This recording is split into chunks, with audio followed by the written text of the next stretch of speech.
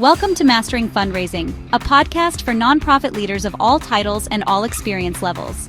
Mastering fundraising endeavors to cover the most important fundraising topics with the goal of helping the audience reach their full potential as fundraisers. This podcast will share stories, tips, and guidance on the most important elements of fundraising. If you want to earn an advanced degree in fundraising, this is the podcast for you. Mastering Fundraising is a collaboration between Fulcrum Nonprofit Leadership and the 5-Tool Fundraiser, two leaders in providing relevant and expert content to fundraisers and nonprofit leaders. Without further delay, let's jump into the current episode. Please join me in welcoming your host for today, Chris Looney. Hey everyone, welcome to the show. You're tuning into Mastering Fundraising, the podcast where we dive deep into the strategies, structures, and stories that shape exceptional fundraising results. Today's guest is Ryan Marshall, Assistant Vice President for Development at Atrium Health Foundation in Charlotte, North Carolina. Ryan leads major philanthropic initiatives within one of the most dynamic healthcare systems in the country, and his work has helped Atrium Health secure significant support for programs, facilities, research, and patient-centered innovation.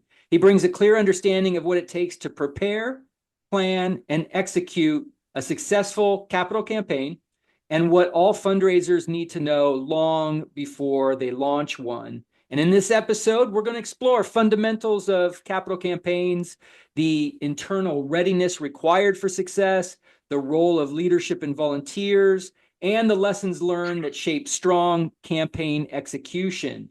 Ryan's also going to share some insights on how fundraisers can build discipline, anticipate challenges, and create momentum that inspires donors to invest in transformational projects. So, Ryan, thanks for joining me today. What's up, buddy? Hey, thank you for being here. You are such a pro in fundraising. We have worked together in the past. Now you're out there raising money in campaign settings for Atrium, which is awesome. I know this is going to be a great conversation, so let's jump in. But before we start talking campaigns, let's start with a little background on you. If you don't mind, tell us a little bit about your leadership journey in the nonprofit and fundraising space. Yeah, I mean, it's a diverse one. I think compared to many of the fundraisers I've met, it's unique in the sense that I did get into it on purpose. Didn't think that I would still be in it. So I guess I am in good company in that it wasn't necessarily the forever plan. But I was just highly curious about what motivates people to give away their hard-earned dollars. Where I grew up in a very lower middle class to low income area, and the thought of people just giving money away outside of church on Sunday was just a very foreign concept to me.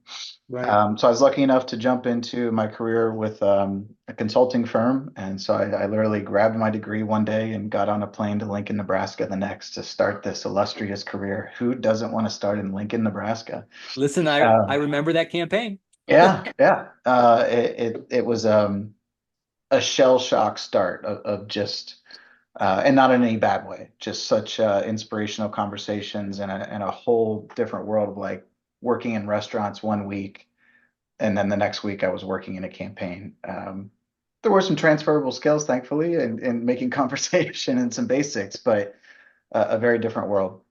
And spent 12 wonderful years in the nonprofit consulting space, and life got in the way, as it often does, but in a positive way. I met my wife, who's also a fundraiser. We can do a different podcast on that sometime of like, what's That's it a like? good one. What's it like when there's no escape from fundraising? Right. But my wife and I settled down in Columbus, Ohio, where I was lucky enough to start my healthcare journey with a healthcare organization there that covered healthcare and had hospitals throughout a large portion of the state of Ohio. Along came COVID, and along with all, like everybody, it was kind of a moment of curiosity and pondering of, am I where I want to be, and am I doing what I want to do? The doing what I want to do was a for sure where we want to be. My wife and I had always talked about maybe getting to Charlotte someday. We thought 50s or 60s in our lifespan might be where we look at that move. But as we all remember the days of the pandemic, it's like, why not? The world could end tomorrow. If I'm going to go apply for jobs, it was kind of an offhand comment of, if something pops up in Charlotte, do you care if I apply? And she was actually the one that found the posting. So that brought me to the place where I'm at now at Atrium Health, which is part of this second largest healthcare system in the country, in Advocate Health, which covers everything all the way from Macon, Georgia, up to Milwaukee, Wisconsin. So just an enormous system to be a part of, and Wow. that makes fundraising a land of opportunity, but also a land of complication too. So I've been super lucky to have this career.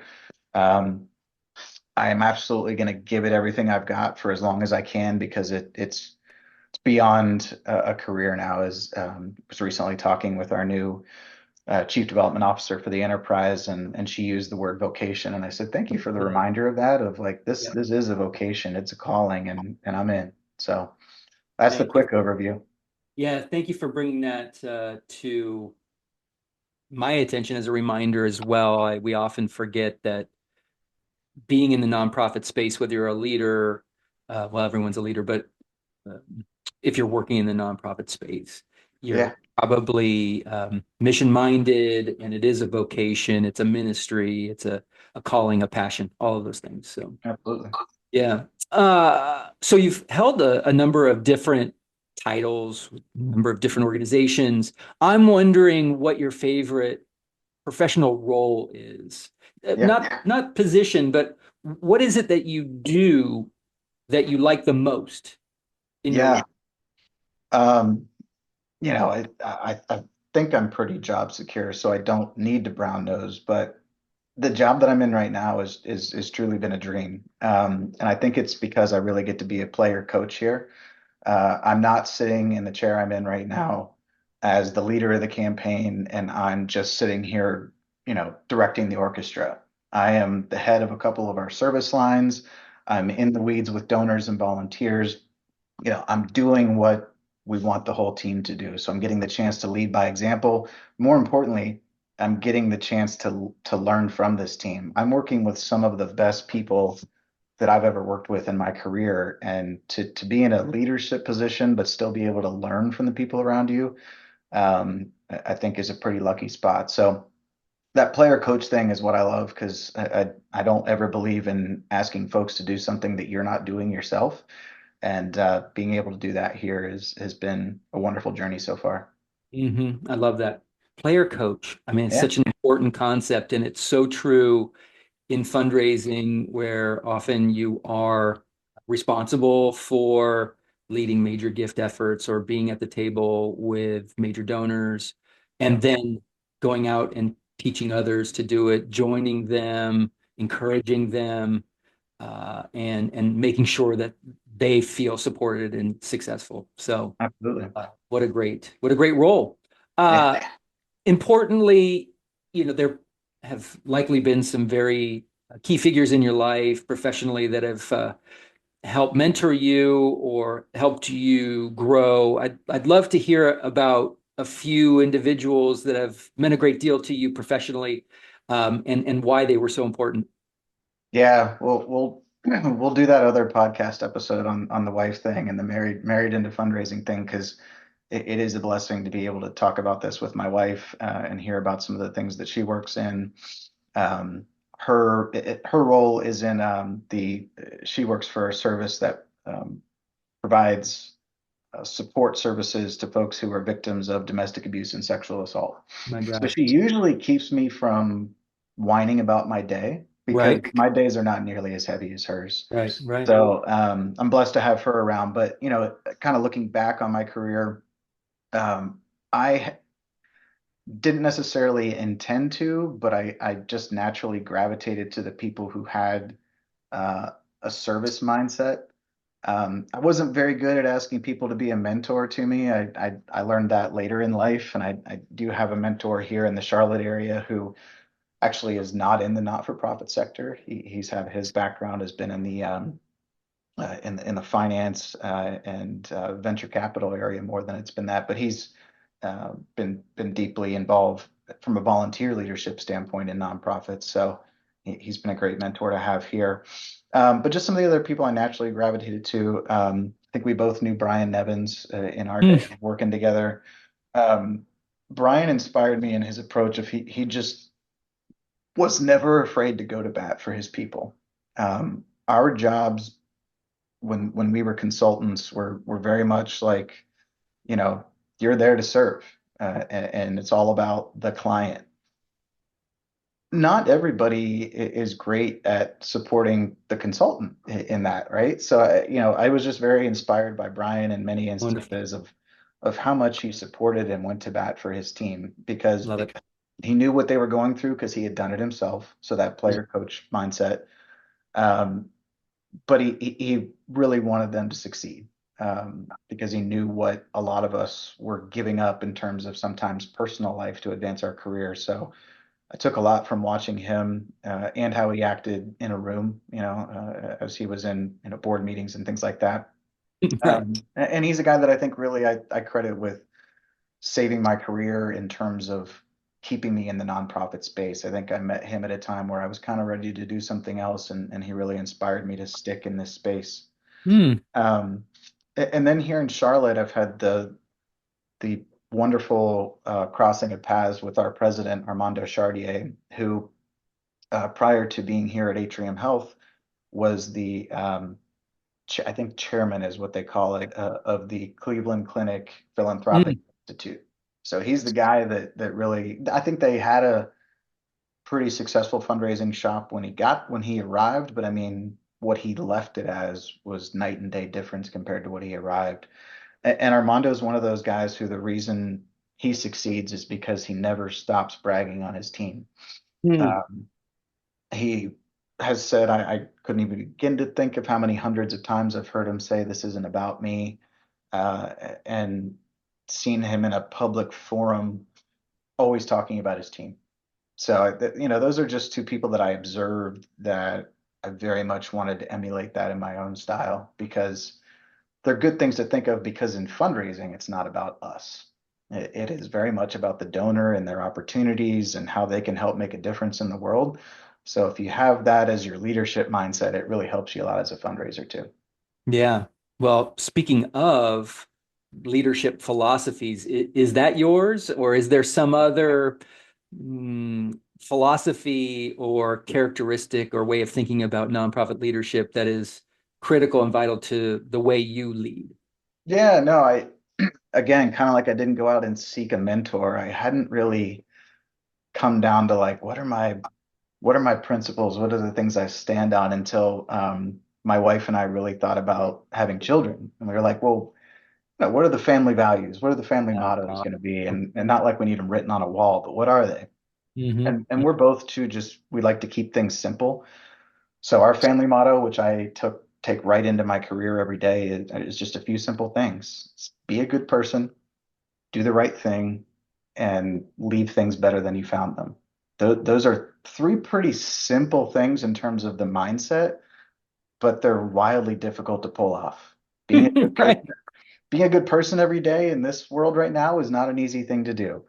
Um, Choosing to do the right thing has never been easy, even whether it's you're thinking about when we were kids or this world we're living in now. Right. And I just think even if it's something as simple as, you're going to, we've got so many places now that are like cafeteria style food halls, and something as simple as like sitting down at a dirty table but leaving it clean, like that's not really that hard to do. Right. And it could make somebody else's day, so we just try to live that lifestyle, and I definitely carry those three things with me in my leadership mentality. Nah, man, I've got goosebumps because it is simple, as you said, but it's so important, and you can carry that from personal to professional so easily, and it makes just a super difference to those around you, right? Absolutely. Yeah, yeah. All right. Well, we need to transition into our conversation on Yeah, campaigns, and I'm a little bit fearful that we're opening a can of worms here because with it me is you are. it's a big topic, and we joked before the conversation that we might need to gather again to cover ground that we weren't adequately able to cover in this Yeah. conversation. So, with apologies, we'll move forward on the topic of capital campaigns. And when we first met, we were both working for the same nonprofit fundraising consulting firm that provided that expertise in mounting successful capital campaigns. Yeah. And so I have great confidence that I'm talking to the right person here, but we do need to sort of set up some context before I think the audience might be able to kind of discern some of the more meaty topics around campaigns. Yeah. So, in terms of setting the stage, what are the conditions that tell an organization that they're ready to even consider a capital campaign? Yeah, and you were already kind of alluding to it, and I felt it was necessary as I was thinking about this conversation that you put the disclaimer out there first, and I was joking with you that I somewhat use this for shock value, but I also say it because I mean it. I've spent my all but a couple years of my professional career in campaigns, and campaign is my least favorite word Right. because it means so many different things to so many different people, and usually when that word comes up, each individual is thinking about a different thing. So as you Right. look at the Good. nonprofit world and somebody says a campaign and maybe it's in the boardroom, well, there's 13 different people who are thinking about 13 different things, especially if they serve on other nonprofit boards or whatever it may be. So, that's the disclaimer ahead of time. But to me, campaigns are still important because you're talking about the bedrock strategies of how you go about good philanthropic strategy. So whether you're in a campaign mode or not, everything we're going to talk about today is useful. Um, and at some point in your career, if you're in fundraising, you're probably going to be in at least one campaign, or maybe you're a sicko like me and you spend most of your life in it. Um, but back when I was a consultant, those were very tight, compressed campaign timetables. So we really had to get down to the brass tacks of case, leadership, prospect plans. Those are the four elements of a successful campaign, and evaluating that landscape.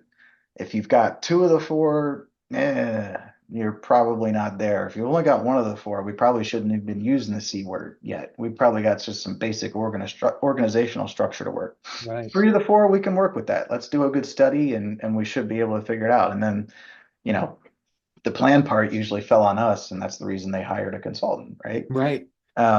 So as I transitioned into healthcare, those same principles still exist. I got a little bit more laser focused on them. And here in our campaign with our leadership team, and it's available to the whole staff, I have a very simple spreadsheet that I've termed our focus five. So rather than the four elements, it's five things, but the fifth thing is organizational structure and just making sure, and not like how we're evaluating staff and is Johnny great at his job? Is Johnny bad at, not that kind of thing, but just organizationally, are we maintaining what we need for the momentum of the campaign? So that was the added fifth one, just for naturally, running a shop.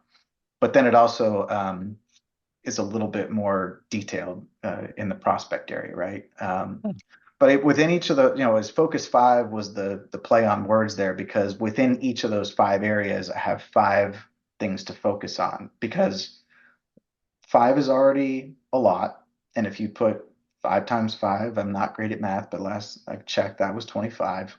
Good. Good. Yeah. If you're That's trying to right. focus on more than 25 things, then you aren't able to focus on anything. Like, Yeah. so, looking in those areas, case leadership, prospect plan, organizational structure, it's okay to have less than five if one of them is really big, but we usually have anywhere from 3 to 5 focus areas within each of those. So that's kind Yeah. of how, as my career going from consultant into the shop, just how I kind of transitioned those focuses to do the evaluation of, are we ready or not? And then even when we're in it, we're still focused on the same things, and where are we at with those? And it's an evergreen thing that, you know, as soon as something gets checked off, it gets replaced with another focus opportunity. Well, good. I mean, I'm glad that you highlighted the fact that you have potentially 25 different categories of evaluation to determine, a sequencing and readiness of the organization to launch a capital campaign, much like, launching a rocket where you have a countdown after going through all of the various readiness sequences to make sure that all systems are a go, right? And I think the challenge is that oftentimes a board member or a CEO says, we need to build a building. And someone says, how much does it cost? And they say, I don't know, maybe a couple $1 million. And they say, all right, well, let's go head. And there's your case statement. And there's your building. case. Here's the building rendering, and here's how much it costs. That's our right. case So statement. let's go. And true to capital campaigns, there is often this need for a defined amount of time, a defined goal, a start date and end date, all of these things that evade a lot of organizations that think campaigns are easy or maybe jump into them without much thought or preparation. So I'm so grateful that you highlighted the different conditions that need to exist or should exist for an organization before they jump into a campaign. What are the most common misconceptions organizations have about launching a campaign from your experience?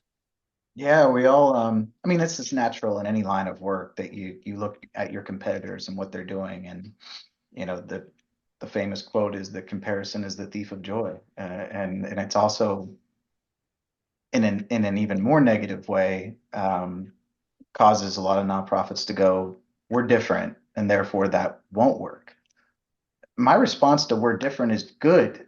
Thank God, because if you're not different and you're just another rinse and repeat of some other nonprofit across town that's doing the same thing, then you're doing a disservice to the community by just watering down the philanthropy and impact.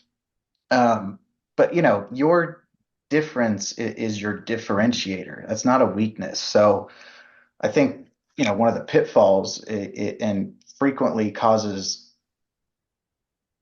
organizations to not even hit go or even approach go on the monopoly board is just sitting back and thinking about all those what ifs and thinking in a negative way, oh, we're just so different, or that we can't have that kind of success because we're not as well known as that nonprofit. Right. Use your differentiator as your strength.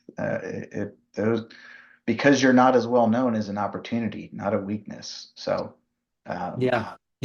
That's so funny that you mentioned that. I remember a conversation with a CFO of a large organization who refused to move into a campaign despite good timing, I felt, and needs that were only mounting because the response was, well, we're poor and our people won't support things like this without it being tested. So this assumption that we can't do this failure mentality, which literally kind of translated in my mind was a possibly $25 to $35 million mistake of the organization. Right. Somebody else went and got it because they didn't. Or just the organization failed to deliver, on the mission and continued to think of themselves as weak instead of strong, and didn't really build that muscle, right? That you could build through these campaigns. So when someone calls you within the health system about a potential campaign, what are the questions that you kind of ask first to understand their level of readiness? Yeah. Healthcare moves so incredibly fast, yet fails to innovate at the same time. And I say that knowing that potentially a healthcare person could see or hear this. We all, I think, kind of agree in that to different degrees. But in terms of a campaign and how it can enact change and innovation, the first question is this project important at the highest levels of leadership? Oh, good. Hopefully all the way up to the CEO. But at a minimum, is it important to at least most of the C-suite? Because if this is just kind of a pet project or wouldn't it be nice if, let's not do it. because that lack of enthusiasm or lack of engagement of our leadership will be noticed by our donors, and it will not inspire them to come forward. So And good. then I think here's another whole podcast episode. Is the campaign aligned with the top strategies and priorities for the entire organization? Brilliant. Yeah. There's been, not in campaigns I've worked on, but some things that I've witnessed, whether they were a true campaign or whether they were just kind of a side project, there were some things that would be handed off to the foundation to do a fundraiser for a memorial garden or something that, like, it is meaningful. Those things are necessary in hospital environments where there can be such high and lows in human life. We need those spaces. I'm not demeaning the purpose of those, but if we're talking about a comprehensive campaign and you want to use the C word in that, um, it has to be aligned with what your biggest and best priorities are, because that ties right back to what I said first of then it will have engagement at the C-suite level and importance at the C-suite level. Right. Um, and related to that, and it's not entirely on the topic of your question, but since I already said it and the alignment with organizational priorities, did we have enough runway to plan for this? Um, Again, thankfully not the organization I'm in, but I know there are instances both in healthcare and other nonprofit sectors where things go from planning months and months and months of planning a certain strategy, and we're going to build this thing or we're going to begin this program, and it gets handed off to the foundation at the last minute. Like, here's what you guys are going to do. I can't go raise money for that tomorrow. But if you would engage the foundation or your head fundraiser in the planning process 9 months ago, he or she would have already been working on their team with developing the prospects for that. So, Right. looking at it, is there enough runway? Um, it just points back to there has to be philanthropic leadership in the strategy room. And that's getting to be a bit more common, but I don't think it's the norm.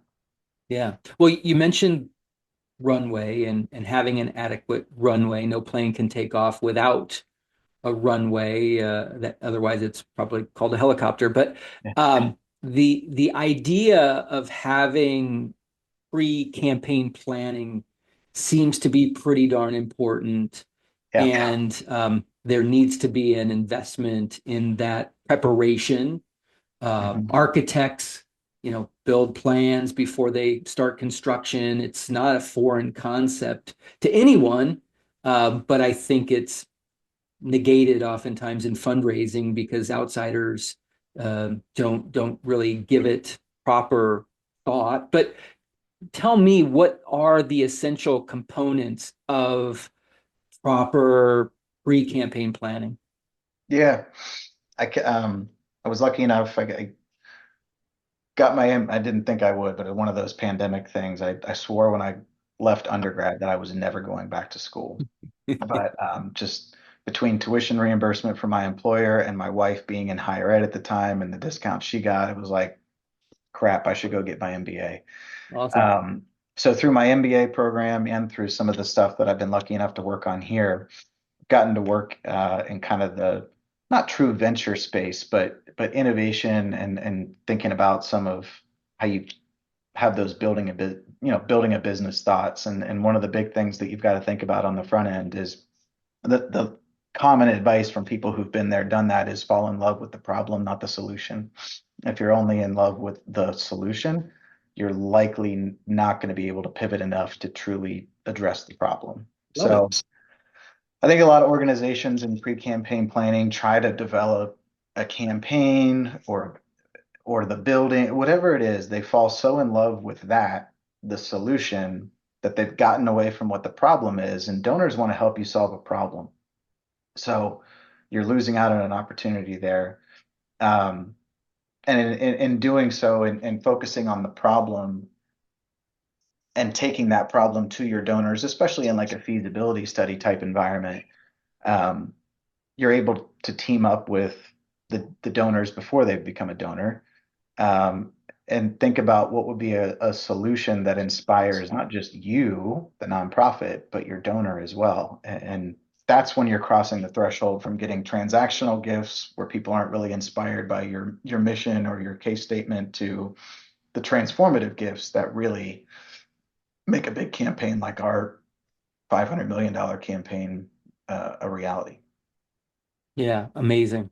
My goodness. And what would you kind of say are the evaluation mechanisms or categories when you're looking at infrastructure, staffing, and other things to determine whether an organization can support a multi-year, sort of campaign, the C word, that Yeah. needs to be big. Yeah, I probably shouldn't be in healthcare and say the C word because it means something. It's a different C and one that's much more terrifying than a campaign. But Sure. um, as I'm thinking about that question, there's a couple different angles that I look at it. Specific to where I am in healthcare, I evaluate it with the lens of, do we have the right internal partners? And do those partners have a functional match on our staff? So in the Mm, sense of not just clinical leaders, but administrative leaders, do we have the right ones engaged and regularly communicating and working with us? And is the person that they're working with a good match for them? I don't mean, are they friends? I mean, are they going to challenge each other in whether something is going to be a fundraising priority or not? yeah, Just because it is a top need on your list, clinician X, does not mean that it's going to be something that a donor would want to fund. There has to be a correlation. Um, and then I think just something that does apply to any nonprofit, regardless of sector, fundraisers have to be comfortable with the uncomfortable if you're going to be in a campaign. I think there's a lot of folks who want everything to be out of a box. If I'm going to go into a campaign mode, I want to have, this Q&A sheet, this case statement, this fact sheet, this.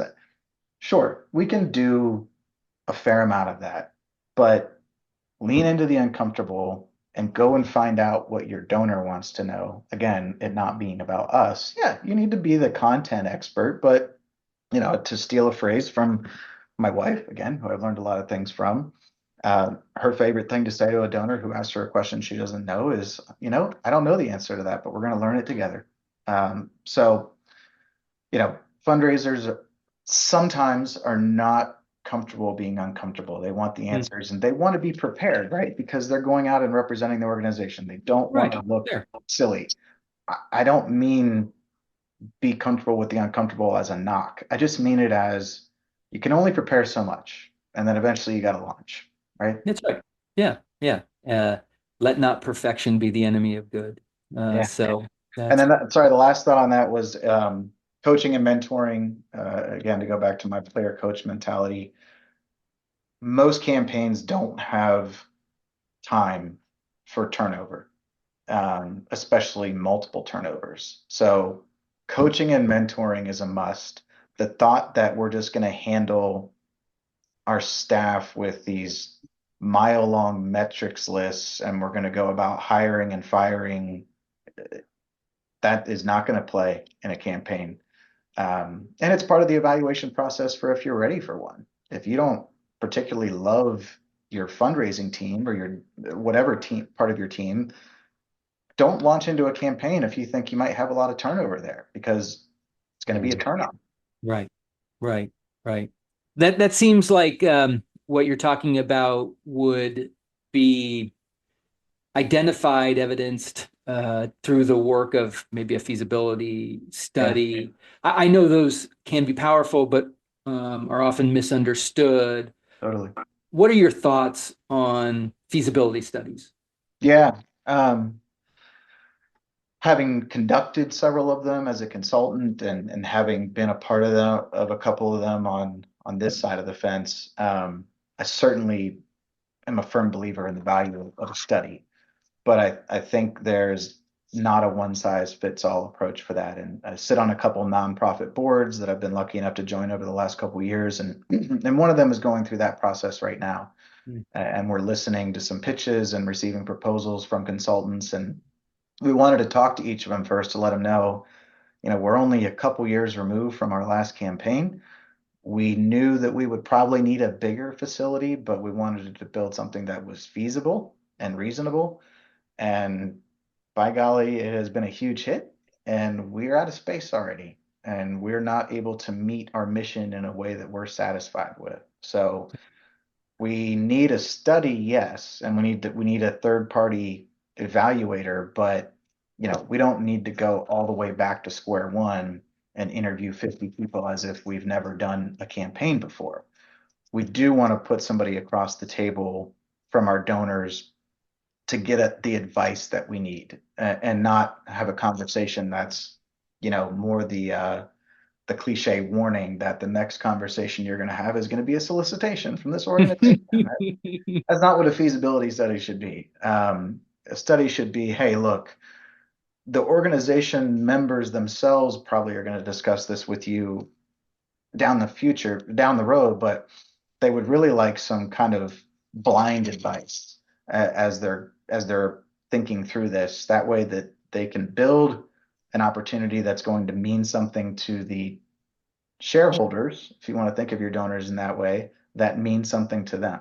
So, the study is just essential in not just informing the organization, but developing early buy-in with the donors, being Yeah. listened to without being asked for money. Yeah, that's great. The early buy-in is so important. Yeah. And campaigns can often live and die by their early leadership support, leadership gifts. Yeah. How do you identify and cultivate your earliest prospects in a campaign? Yeah, I think, and you were talking about an organization earlier that just had that, dreaded failure to launch, paralysis. And I don't blame them for that. I think we in nonprofits tend to be such good stewards of our donors that we don't want to let them down. We don't want the organization to look silly, and therefore we don't want to go into a campaign that might fail. Mhm. But the reality is you can only prepare so much. And it doesn't mean that you have to sit in a room for 6 months and build everything perfectly and then go just blindly public with it right away. Um, build most of it, build 75% of it based on what you learned in your study and what is right about your organization. But then start engaging with your donors and allow both the words that they're saying and the initial gifts that you get to inform that last bit of the plan. So build, by all means, don't go out blind, but get some early buy-in and information before you really launch into anything, even if it's not public, but even before you really go into a more large scale effort. I think um, I'm a big fan, and I think it's okay if an organization sets out in the early stages of a campaign without a goal. If you feel like you still need to have a number, a range is okay, and you can sit across from those Yeah. initial supporters and say, hey, here's what we could accomplish if we raise 15 million. Here's what we can accomplish if we raise 18 million. Here's what 20 million looks like. But we don't know which one of those it's going to be yet. And candidly, it's going to be our early conversations that inform that. Yeah, I love that. I mean, I think that's why you don't put a number on it during the quiet phase, because you actually need to understand how your early supporters are going um, to come back to you with their own giving. And That's one that, of those misnomers that I hate about a campaign. Like for a lot of people, it's just the number. What's the goal? That's not the right. campaign. Like that's so I love not talking about the number early on. Yeah, good, good, good. The range concept is important. What strategies help you build momentum during that quiet phase where most donors don't actually see what's happening behind the scenes, and there's not a lot of visibility in terms of what the final number or final projects might be? Yeah. And it ties into the to what I was just talking about with the last question. So sorry if any of it's, redundant, but to reemphasize the importance of planning, I think study is sometimes misconstrued of we're whether you do it yourself or you hire a consultant. I think most organizations hire an outside consultant, but they're going to give us the report and we're going to build a campaign off of that. That was just the study. It's a feasibility and planning stage. So don't forget to be really intentional about that planning stage, Right. and tying it back to the study. But I think, again, falling in love with the problem and not the solution, you're not trying to go from study and planning straight into developing a set plan. You need to remain curious and keep enough of an open mindset early on that you find your best partners that are willing to really go the extra mile for you in the cause. Engaging those early stakeholders in an opportunity to be heard and to help build some of the final pieces are, again, what jump a donor from, "Yeah, I'll give you a nice gift," to, "I'm going to lead in hard, and I'm going to give a gift that even makes me a little uncomfortable." That's a different mindset. Yeah. Well, one of the interesting elements of campaigns is the involvement of volunteers. A lot of times, the annual fundraising that an organization might do doesn't really depend so significantly on volunteers in the way that campaigns seem to. And I was interested to know how you guide volunteer leaders so that they feel confident and prepared to be champions and Yeah. ambassadors. Yeah, it's tough answer for me to answer that from if I were just in this chair, because really we're lucky to have them and we have great leadership on this campaign, but we're not relying on our fundraisers or excuse me, we're not relying on our volunteers to fundraise here. Our fundraisers here are driving cultivation and engagement, and they're great at it. But the comfortable door opening rather than going out and asking people for a gift.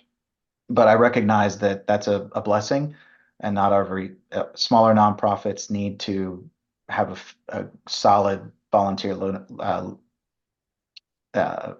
base to lead their fundraising efforts. And in that case, I would just encourage a really solid um, survey of looking at what your skill matrix is across those volunteers. Mm. SMART goals are just as important for a volunteer as they are for individuals. Things that are achievable and attainable and are realistic are more important for a volunteer than they are for someone who's actually paid to do a job. So do that skill matrix work, figure out not only what skills individuals have, but as a whole, what are we strong at and what are we not so strong at? Do that due diligence. That way you're realistic about what you can accomplish with your volunteers, and you're not putting expectations on them that early skills survey said you were never going to get done in the first place. Yeah, right. Um, Not all campaigns sort of have a straight line shot to goal. There's a lot of peaks and valleys, a lot of times where it feels like things are stalled out. And I'm just wondering what some of your hacks are, your advice would be, steps you would recommend taking when things are stalled and need to get moving again. Yeah. Um, no offense to the United Way or anybody that's used them historically. Love you all, but thermometers drive me crazy. They present the image of constant achievement and success, and Right. campaigns ebb and flow. Yes, the number always adds up. Some cases you might have a gift retracted, but you're not going to lose money. You're constantly going to gain money in a campaign. But the duck's feet beneath the surface aspect of that um, is a whole different ball of wax. So it, the ebb and flow requires that for our team here, a regular exercise of projections. This individual person, what's the high, low likely amount that they may come in at? Evaluating where my activity levels are in Mm. cultivation, stewardship, asks that I'm getting ready to make, asks that are pending. This is a volume game. At the end of Right. the day, Spaghetti on the wall, right? it is not without strategy, but a campaign is not rocket science either. It is a All volume right. game. And if you're not asking for enough, knowing that we don't get what we can totally ask for most of the time, then you're never going to get there. So I think for those that, hit those momentum stalls, if you're doing your homework and you're doing your projections, that should give you the confidence. And hopefully you're promoting that to your team to say, hey, I know it's been a minute since we've had a big win, but let's look at all this potential here and know that the big wave is coming. and be confident in that. Yeah, that's great. What about working with your teams internally? What advice do you have for the development leaders who are managing both a campaign and ongoing annual fundraising responsibilities separately? Yeah, quick-ish on this one because here I'm lucky enough that the campaign is the annual, like the campaign is anything and everything in this It's case. comprehensive. It includes every Yeah, dollar raised over a yeah. certain period of time. Yeah. And for me, that's a blessing. I love it. But I have been in the other scenario. And for that, I don't mean to oversimplify it, but transparency with donors and honest conversations with them is really as simple as it needs to be. Hey, Jill and James, the reality is we need to accomplish this and we have an ambitious goal in front of us, but I need you to please understand we are also ongoing normal operations. So what I'm asking you for in this campaign is over and above the wonderful support that you already give us. We need that to do what we're already doing. So please understand that what we're talking about today is beyond the scope of your annual support. Mhm. You know, the honesty and genuine approach on that. Um, that the theme with me is gift requests are a conversation, not a Q&A. So leading with honesty and making sure they're clear on what is annual fundraising and what is this campaign is a must. That's wonderful. Good advice. So, after working on multiple campaigns, I'd love to know what you feel is the single most important lesson you want all fundraisers to understand about them. Ooh, um, wow. I think understanding that campaigns are and true, they define extraordinary. They are extraordinary efforts. And Great. when we're asking ourselves to consider the extraordinary, remember you're asking your donor to consider the extraordinary, and therefore it's out of the comfort zone. And the moment that we're asking people to be out of their comfort zone, we cannot be robots. We have to be people. We have to be conversational. We have to approach this with humanity first and foremost.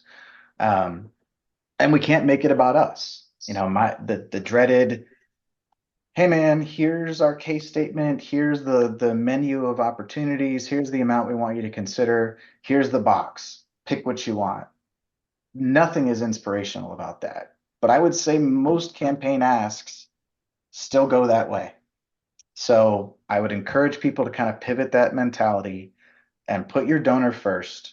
Do the homework, and it doesn't need to be pages and pages and pages of research and all kinds of role playing and all that. Those things are important, but approach it with humanity. Don't go to them and have a real big gift conversation without having a good relationship building exercise first. Um, that way, when this all comes down to it, I always say, a good ask should be a foregone conclusion. By the time you're making the ask, you and the donor know what's coming, and it doesn't surprise anyone. Yeah, it's great. Well, what are the biggest mistakes you see organizations make when they rush into a campaign without adequate preparation? Yeah, I think it's the ones that are either trying to replicate what everybody else is doing, of like, oh, this worked for such and such shop across town. Surely we can replicate that. We've got, just as much talent as they do, or our mission is just as important, or that it's too tactic focused. If it's, and that was what I was alluding to with, the ask in the box of like, this is the thing, and this is all we want you to consider. Don't think beyond this. We don't want your input. Um, please don't put a box around it. So it's that mentality of here's why we are doing the campaign. Don't start with the what the campaign is and what the goal is and all that, but like here is why we're doing it. And we're doing it because it perfectly aligns with our mission, our vision, our 5-year strategy, all those things. So that this isn't just a thing that popped out of nowhere and we decided, oh God, we've got to do this campaign now. It's a natural progression of it's bringing us from where we are today to where we say we want to be.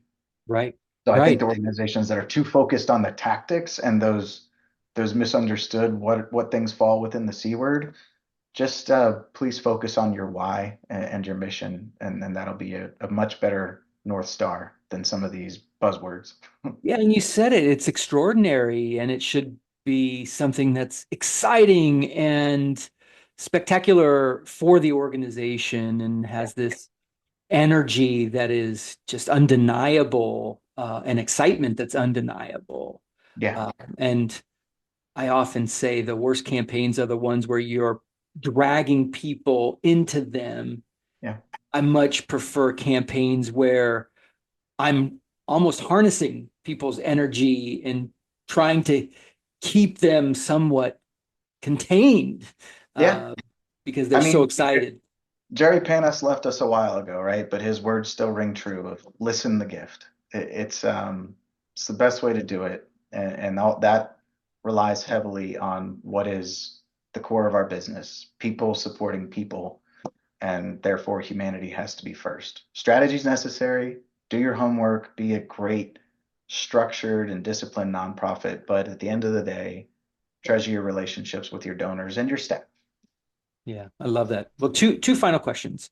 The first one is, where do you see campaign strategy evolving over the next decade, let's say, especially in healthcare and within complex institutions and organizations? What will campaigns look like in the future? Yeah. Um, we spent a lot of time on this last year, 2024, in Denver, a group that got together to talk specifically about healthcare campaigns because we all recognize that the flood of need is coming. Um, negative negative margins during COVID, and now single digit profit margins are the norm for healthcare systems. And it's a system that doesn't work. So it's going to take a tremendous amount of money to pivot and reinvent healthcare. Mm. And no organization is going to be able to do that with an average margin of 3 to 5%. A lot of healthcare organizations that have a good size donor base and philanthropy shop are raising maybe $100 million to $200 million a year across their enterprise. You know, our individual shop here in Charlotte is not raising that much, but across our enterprise, we are. Um, it would take $4 to $5 billion in net revenue to replace what philanthropy is doing. So neither of these things are achievable. There's not another $4 to $5 billion in net revenue, nor are we going to be able to have every healthcare system in the country doing multi-billion-dollar campaigns. Right. So I believe we'll rise to the occasion. But again, to reemphasize, the way that campaigns will change is, and this is the way I feel, and I think the way our organization is going, we have our highest level philanthropy leaders sitting on the CEO cabinet and hearing about strategies and problems early on and being part of the solution, bringing what we can do to the table rather than waiting for it to flow downhill to us and be a dire need by that point. So flipping the mentality of things fall to the foundation as a last resort. The organizations in healthcare that are going to do this best are the ones that put philanthropy at the strategy table. Good. Perfect. Thank you for that. And last question. Um, if you could offer one piece of advice to a fundraiser preparing for their first campaign, Yeah. what would it be? Hmm. Uh, One piece is almost impossible, but for the sake of time, adaptation is a must. A lot of work goes into getting ready for a campaign, and therefore we fall in love with them and we think that we have the biggest and best and smartest campaign that's ever been built, and we just get so darn proud of them. It's only going to be smart for so much time, and things change so rapidly now. You have to build a campaign and a campaign plan that is adaptable and evergreen for as long as possible. So our campaign is a 7 year campaign. We're in year five, 5.5. If we were still citing the same old stuff that was being said 5 years ago, we'd be dead in the water. Mhm. So our campaign has lived with the times. It will continue to do so. There's going to be something that we're raising money for at the end of this campaign that we did not see ourselves raising money for 7 years ago. So, but that won't be a problem because we didn't build the campaign to be for specific things. We built guardrails and we built, kind of vertical focus areas, but we did not do a menu of like, here's the naming, we'll build those along the way. So be adaptable.